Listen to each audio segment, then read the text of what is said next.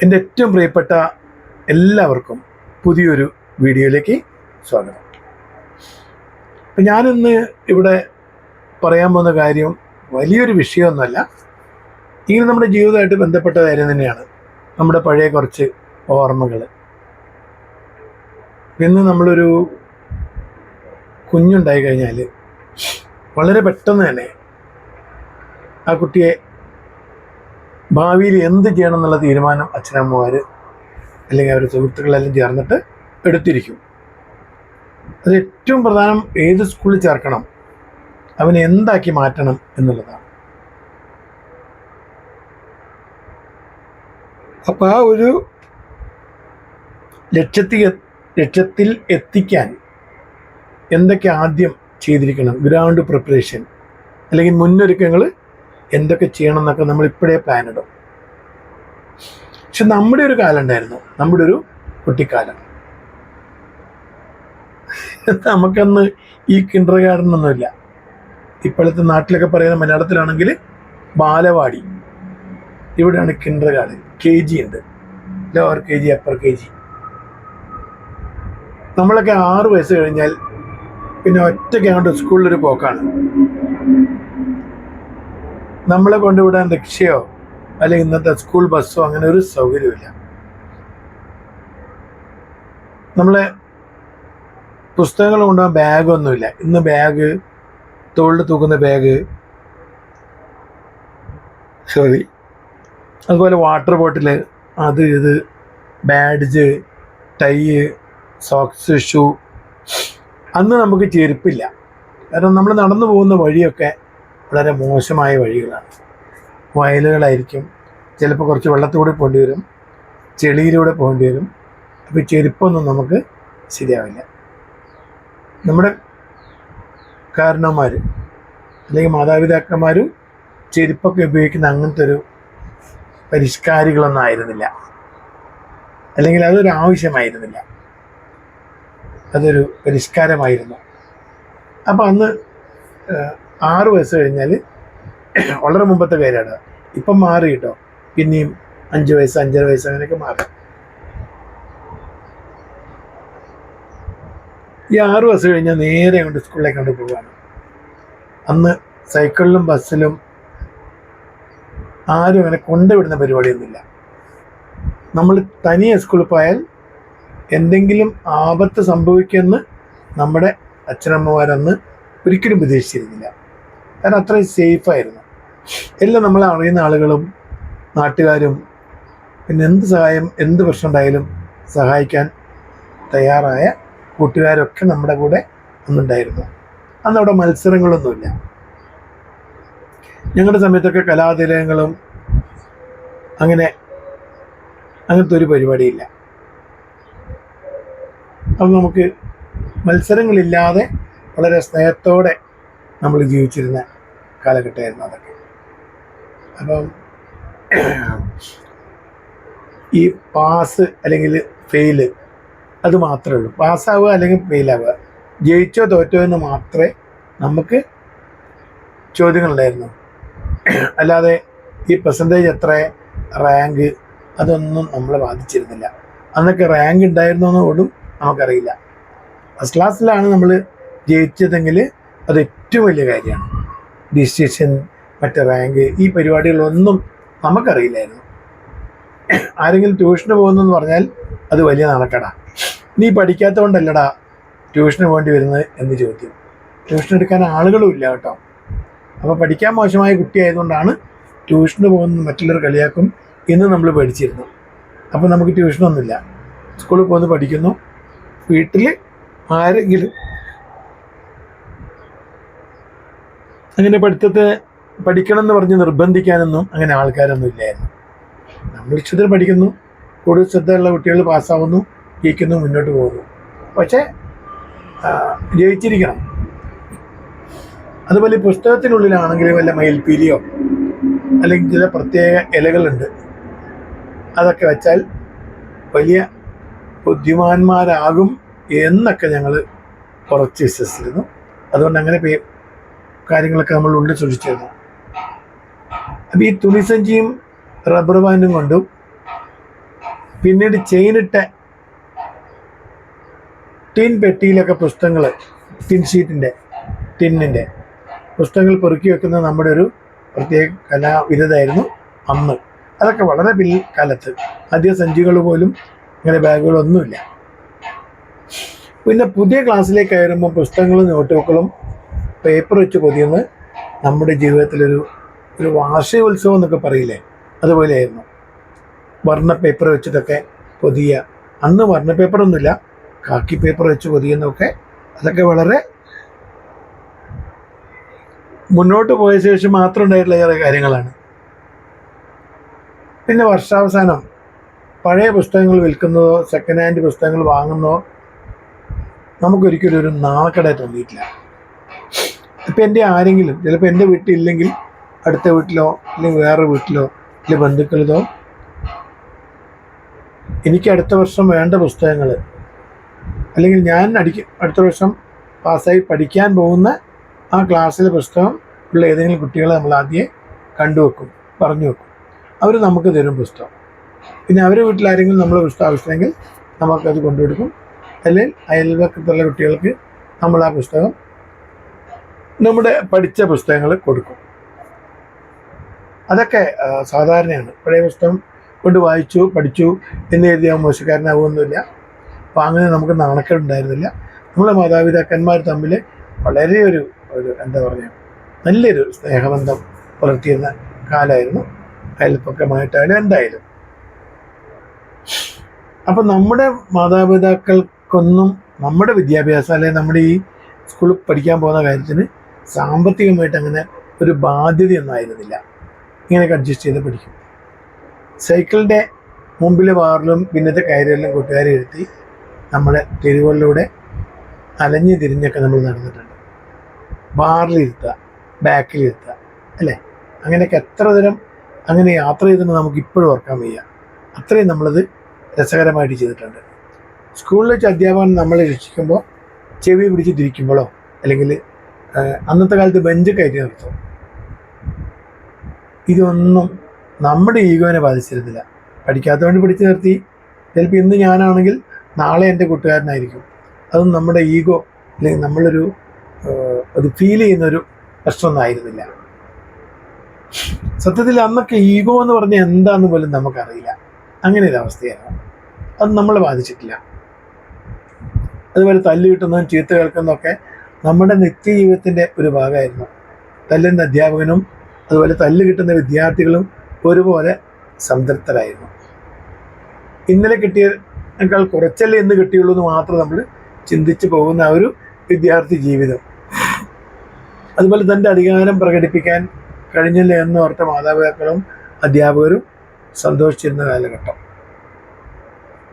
പറമ്പിൽ കിട്ടുന്ന പന്തും തടിക്കഷ്ണവും ഉപയോഗിച്ച്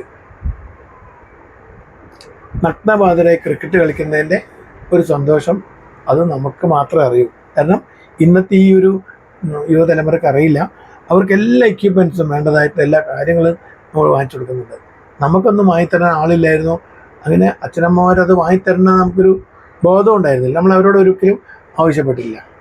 അതുപോലെ ഈ പറമ്പിൽ നിന്ന് കിട്ടുന്ന സാധനങ്ങളൊക്കെ ഉപയോഗിച്ചിട്ടാണ് നമ്മൾ പല കാര്യങ്ങളൊക്കെ ഉണ്ടാക്കിയിട്ടുള്ളത്. പിന്നെ നമ്മൾ ഈ പോക്കറ്റ് മണിയൊന്നും ഒരിക്കലും അച്ഛനമ്മയോട് ചോദിച്ചില്ല പൈസ വേണമെന്ന്. പൈസേൻ്റെ ആവശ്യം ഉണ്ടായിരുന്നില്ല. എന്നാൽ അതുപോലെ അച്ഛനമ്മമാർ തരണമെന്ന് നമ്മൾ കരുതിയിട്ടില്ല, അവർ നമുക്ക് തന്നിട്ടുമില്ല. നമുക്ക് പല അങ്ങനെ വലിയ വലിയ ആവശ്യങ്ങളൊന്നും ഉണ്ടായിരുന്നില്ല എന്നുള്ള സത്യം. ചെറിയ ആഗ്രഹങ്ങൾ വീട്ടിലാരെങ്കിലും സാധിച്ചു തരുകയും ചെയ്യും. പിന്നെ 6 മാസത്തിലൊരിക്കൽ കിട്ടുന്ന ഒരു മിഠായിയോ പൊരിയോ പോലും നമ്മളെ അങ്ങേയറ്റം സന്തോഷിപ്പിച്ചിരുന്നു. ഇന്നത്തെ കുട്ടികളൊന്നും സന്തോഷിക്കാൻ അല്ല, കൂടുതൽ വിഷമിക്കാനാണ്. കിട്ടാത്തതിനെക്കുറിച്ച് ഓർത്ത് വിഷമിക്കാൻ മാത്രം ജന്മമെടുത്ത കുട്ടികളാണ് നമ്മുടെ പക്ഷേ ഇന്നത്തെ തലമുറ. അന്ന് അങ്ങനെ ആയിരുന്നില്ല. അന്ന് നമ്മൾ ഹാപ്പി ആയിരുന്നു എന്ത് കിട്ടിയാലും. പിന്നെ കിട്ടുന്നതൊക്കെ നമ്മൾ പങ്കുവെക്കാൻ ശ്രമിച്ചിരുന്നു, അല്ലേ? പിന്നെ ഓണത്തിനൊക്കെ വില കുറഞ്ഞ ഓണക്കോടി ധരിക്കുന്നതും വിഷുവിന് കിട്ടുന്ന പടക്കങ്ങൾ ഓരോന്നായി പൊട്ടിക്കുകയൊക്കെ നമുക്ക് ഒരിക്കലും കുറവായിട്ട് തോന്നിയില്ല. അന്ന് റേഷൻ തുണിയുണ്ട്, മാവേലി സ്റ്റോർ പോലത്തെ നമ്മുടെ സ്റ്റോറിൽ കിട്ടുന്ന തുണിയുണ്ട് വില കുറഞ്ഞ്. അതാ ഒരേപോലത്തെ പുള്ളി എല്ലാവർക്കും ഒരേപോലെ ഉള്ള കുപ്പായം, ചേട്ടനും അനിയനും ഒക്കെ അനിയത്തിക്കും. അതൊന്നും ഒരു കുറവായിട്ട് നമുക്ക് തോന്നിയിട്ടില്ല. കാരണം എല്ലാവരും ഇപ്പുറമുള്ളവരൊക്കെ ഇത് തന്നെയാണ് ധരിച്ചിരുന്നത്. ഒരു കൂടിയ പാർട്ടി കുറഞ്ഞ പാർട്ടി അങ്ങനെയൊന്നും ഉണ്ടായിരുന്നില്ല. അതുപോലെ നമ്മളെ മാതാപിതാക്കളെയൊക്കെ എത്രമാത്രം സ്നേഹിച്ചിട്ടുണ്ടെന്ന് അവരോട് പറഞ്ഞിട്ടില്ല. കാരണം അന്ന് ഐ ലവ് യു എന്നൊക്കെ പറയണത് എങ്ങനെയാണെന്ന് നമുക്ക് അറിയില്ലായിരുന്നു. നമ്മളതിനെ ചിന്തിച്ചിട്ടില്ല. നമുക്ക് നല്ല സ്നേഹമായിരുന്നു, അവർക്ക് നമ്മളെ സ്നേഹമായിരുന്നു. പക്ഷെ അതൊന്നും ഇന്ന് പ്രകടിപ്പിക്കുന്ന രീതിയൊന്നുമില്ല. ഇന്നതല്ല, ഗുഡ് മോർണിംഗ് പറയണം, പ്രകടിപ്പിക്കണം, അങ്ങനെ 100 കാര്യങ്ങളുണ്ട്. അത് ഇടവഴിയിൽ എതിരെ വരുന്ന പാവാടക്കാരോട് പറയാൻ ധൈര്യം ഉണ്ടായിരുന്നില്ല. എതിരെ കടന്നിരുന്ന പാവാടക്കാരോട് നമുക്കൊരു പ്രത്യേക ഇഷ്ടം തോന്നിയാലും അത് പറയാനുള്ള ധൈര്യം നമുക്കുണ്ടായിരുന്നില്ല. ഇന്ന് നമ്മൾ മത്സരങ്ങളും താരതമ്യങ്ങളും നിറഞ്ഞ ഒരു ലോകത്തിൻ്റെ ഭാഗമാണ്. ചിലരൊക്കെ അങ്ങനെ ആഗ്രഹിച്ച് നേടി, മറ്റുള്ളവർ ഇന്നും അന്വേഷണത്തിലാണ്. ഈ സ്കൂൾ കാലത്ത് നമ്മളെ സൈക്കിളിൽ കൂടെ ഉണ്ടായിരുന്ന ആ കൂട്ടുകാരൊക്കെയും ഇന്ന് എവിടെ പോയി നമ്മൾ ആലോചിച്ചിട്ടുണ്ടാവും. ലോകത്ത് നിന്ന് നമ്മൾ എവിടെയാണെങ്കിലും ഒരു സത്യം ബാക്കിയുണ്ട്. നമ്മൾ ജീവിക്കുന്ന യഥാർത്ഥ ലോകത്തായിരുന്നു, യാഥാർത്ഥ്യങ്ങൾക്കിടയിലായിരുന്നു നമ്മൾ വളർന്നത് എന്നുള്ളൊരു സത്യം നമുക്കെന്ന് ഓർക്കാൻ പറ്റും. പക്ഷെ ഇന്നത്തെ ലോകം നമുക്ക് ചിന്തിക്കാനും മനസ്സിലാക്കാനൊക്കെ പ്രയാസമുണ്ട്. യഥാർത്ഥ ലോകത്തിലാണോ നമ്മൾ ജീവിച്ചിരിക്കുന്നത് എന്നുള്ളൊരു സംശയമുണ്ട്. അതുപോലെ സ്കൂൾ കാലത്ത് നമ്മളെ സൈക്കിളിൽ നമ്മൾ കൂടെ ഉണ്ടായിരുന്ന ആ കൂട്ടുകാരൊക്കെ ഒന്ന് എവിടെ പോയെന്ന് ഇന്നും നമുക്ക് ഒരു തീരുമാനമായിട്ടില്ല, മനസ്സിലാക്കാൻ പറ്റിയിട്ടില്ല. അതൊക്കെ എവിടെയോ ഉണ്ടെന്ന് മാത്രം. അന്നത്തെ കാലം കഴിഞ്ഞ് നമ്മളവരൊക്കെ പലരും മറന്നു കഴിഞ്ഞു എന്നുള്ളതാണ്. ലോകത്ത് നിന്ന് നമ്മൾ എവിടെയാണെങ്കിലും ഒരു സത്യം എന്താണ്, ഞാൻ നേരത്തെ പറഞ്ഞാൽ നമ്മൾ ജീവിച്ചിരിക്കുന്നു എന്നുള്ള സത്യമാണ്. ഉച്ചഭക്ഷണത്തിന് ചോറും കറിയും അല്ലാണ്ട് നമ്മൾ മറ്റെന്തെങ്കിലും ഉണ്ടാവും നമ്മൾ ചിന്തിച്ചിട്ട് പോലും ഇല്ലായിരുന്നു. ഒന്നിനെയും പഴിക്കാതെ എന്നും നമ്മൾ സന്തോഷത്തോടെ സ്വപ്നം കാണുന്നു. ഒരുപക്ഷെ സ്വപ്നങ്ങളായിരിക്കാം നമ്മളെ ജീവിക്കാനൊക്കെ പ്രേരിപ്പിച്ചത്. നമ്മളൊരിക്കലും ചോറ്റുപാത്രം തുറക്കുമ്പം ഇന്ന് ഒരു സ്പെഷ്യലായിരിക്കും ഉണ്ടാവുക എന്നൊന്നും ആലോചിച്ചില്ല. എന്നുള്ള ചോറും കറിയും ഒരു തോരനോ പപ്പടമൊന്നും വെച്ചാൽ തണുത്തു പോകും. അങ്ങനെയൊക്കെ ആയിരുന്നു നമുക്ക് കിട്ടിയിരുന്നത്, അല്ലെങ്കിൽ ചമ്മന്തിയാവും. പക്ഷെ അതിൽ നമ്മൾ സംതൃപ്തരായിരുന്നു, സന്തോഷവാന്മാരായിരുന്നു. അതുകൊണ്ട് നമ്മൾ ഒരുപാട് സന്തോഷിച്ചിരുന്നു. കാരണം എല്ലാവരുടെ ടിഫിൻ പാത്രത്തിലും ചോറ്റുപാത്രത്തിലും ഏകദേശം ഇതുപോലെ ഒരേപോലുള്ള സാധനങ്ങൾ തന്നെയായിരിക്കും. ഒരാൾക്കൊരു മുന്തിയ ഭക്ഷണം അങ്ങനെയൊന്നുമില്ല, ഒരു പൊതു ഭക്ഷണം. ഒന്നിനെയും പഴിക്കാതെയും ഇന്നും നമ്മൾ സന്തോഷത്തോടെ സ്വപ്നം കാണാൻ കാരണം ആ ഓർമ്മകളും ആ ഒരു പതിവുകളൊക്കെയാണ്. ഒരുപോലെ ആ സ്വപ്നങ്ങളായിരിക്കാം നമ്മൾ ജീവിക്കാൻ പിന്നെയും പ്രേരിപ്പിച്ചുകൊണ്ടിരിക്കുന്നത്. അതുപോലെ തന്നെ നമ്മൾ ജീവിച്ച ആ ജീവിതത്തെ ഇന്നത്തെ ലോകമായിട്ട് ഒരിക്കലും ഒന്നിനും താരതമ്യം ചെയ്യാൻ പറ്റില്ല, കമ്പയർ ചെയ്യാൻ പറ്റില്ല. കാരണം ആ ഒരു ജീവിതം വളരെ വ്യത്യസ്തമായിരുന്നു. നല്ലതായാലും ചീത്തയായാലും നമുക്കുണ്ടായിരുന്നു ഒരു കാലം. അത് നമ്മളെ സംബന്ധിച്ചിടത്തോളം നല്ല കാര്യം തന്നെയാണ്. ഈ വരികളൊക്കെ വായിക്കാൻ പഴയ എന്തെങ്കിലും ഓർമ്മയോ സുഹൃത്തിനെ കുറിച്ച് ഓർമ്മ വരുന്നുണ്ടോ? കാരണം സ്നേഹത്തിൻ്റെ നേർക്കാഴ്ചയിൽ നമുക്ക് ആദ്യം മനസ്സിലാക്കാൻ കഴിയില്ല. എന്നാൽ ചിലരുടെ വാക്കുകളിൽ നിന്നും പ്രവൃത്തികളിൽ നിന്നും പെരുമാറ്റത്തിൽ നിന്നും അവരെന്താണെന്നും എങ്ങനെയാണെന്നൊക്കെ നമ്മൾ സ്വയം മനസ്സിലാക്കുകയാണ്. അതൊന്നും ആരും നമുക്ക് പറഞ്ഞു തന്നതല്ല. അങ്ങനെ ഒരുപാട് കാര്യങ്ങൾ നമ്മുടെ ജീവിതമായിട്ട് ബന്ധപ്പെട്ട കാര്യങ്ങൾ നമ്മുടെ ജീവിതത്തിൽ നിന്ന് പഠിച്ചതാണ്. അല്ലാതെ ഏതെങ്കിലും ഒരു ക്ലാസ്സിൽ പോയിട്ട് ഒരു ഡിഗ്രി എടുത്തിട്ട് അവിടെ ഒരു തിയറി നമ്മൾ പഠിച്ചിട്ട് അതിൽ നിന്ന് മനസ്സിലാക്കിയതൊന്നുമല്ല ഇത്തരം കാര്യങ്ങൾ. നമ്മുടെ ജീവിതത്തിലുണ്ടായ പല പല കാര്യങ്ങൾ തന്നെയാണ്. ഇതൊക്കെ തന്നെയാണ് പിന്നെ നമ്മൾ മനസ്സിലാക്കേണ്ടത്. പലപ്പോഴും പ്രകൃതിയിലുള്ള പല കാര്യങ്ങളും നമുക്ക് ചെയ്യാൻ പറ്റുന്ന ഒരു ആത്മവിശ്വാസം നമ്മൾ സ്വയം ഉണ്ടാക്കിയെടുത്തിട്ടാണ് ജീവിതം ഇത്രയും കാലം മുന്നോട്ട് കൊണ്ടുപോയത്. അപ്പോൾ ഈ ഒരു പോസിറ്റിവിറ്റി അല്ലെങ്കിൽ പോസിറ്റീവായ ഒരു ചിന്ത എന്തും തരണം ചെയ്യാൻ നമുക്ക് ആത്മധൈര്യം തന്നിരുന്നു എന്നുള്ള സത്യം. പിന്നെ നമ്മളെ മനസ്സമാനം കളയുന്ന കാര്യങ്ങളെ പറ്റിയും ഒരു കാലത്ത് ആലോചിച്ചിരുന്നില്ല. നമ്മുടെ ചിന്താവലയങ്ങളിൽ ചെറിയ ചെറിയ ഒരു പൊട്ടി കളിക്കുന്നതിനെക്കുറിച്ചും എന്താ പറയുക, കളിപ്പന്ത് ഓല കൊണ്ട് കെട്ടിയുണ്ടാക്കിയ കളിപ്പന്ത് കഴിക്കുന്നതിനെക്കുറിച്ച് മാത്രം നമ്മൾ ചിന്തിച്ചിരുന്നു. അപ്പം നമ്മൾ നല്ല മാത്രം ചിന്തിച്ചുകൊണ്ട് നമ്മുടെ ആ നല്ല കാലമായിരുന്നു. വേണ്ടാത്ത ഒരു കാര്യങ്ങളും നമ്മുടെ മനസ്സിനെ ബാധിച്ചിരുന്നില്ല, ഡിസ്റ്റർബ് ചെയ്തിരുന്നില്ല. പക്ഷെ ഇന്നത്തെ കുട്ടികൾക്ക് അങ്ങനെയല്ല. ഒരുപാട് ചിന്തകൾ വേണ്ടതും വേണ്ടാത്തതുമായ, കാരണം സോഷ്യൽ മീഡിയ ഒക്കെ അവർക്ക് വളരെ കാര്യങ്ങൾ വേണ്ടതും വേണ്ടാത്തതൊക്കെ പറഞ്ഞു കൊടുക്കുന്നു. അതിലൂടെ അവർ പലതും കേൾക്കാൻ ശ്രമിക്കുന്നു, അറിയാൻ ശ്രമിക്കുന്നു. പിന്നെ അറിഞ്ഞതൊക്കെ ജീവിതത്തിൽ സംഭവിക്കാതിരിക്കുമ്പോൾ അതിൽ നിരാശ, അത് പിന്നെ പല നൈരാശ്യം മാറ്റാൻ വേണ്ടിയിട്ട് മദ്യവും മയക്കുമരുന്നിലേക്കൊക്കെ പോകുന്നു, എല്ലാം മറക്കാൻ ശ്രമിക്കുന്നു. അങ്ങനെ പല അവസ്ഥകളൊക്കെ. പക്ഷെ നമ്മുടെ ചെറുപ്പത്തിൽ ഒരു പരിശുദ്ധമായ ഒരു അന്തരീക്ഷമായിരുന്നു. അതുകൊണ്ടായിരിക്കണം നമ്മളിപ്പോഴും അങ്ങനെ തന്നെ ചിന്തിച്ച് മുന്നോട്ട് പോകുന്നത്.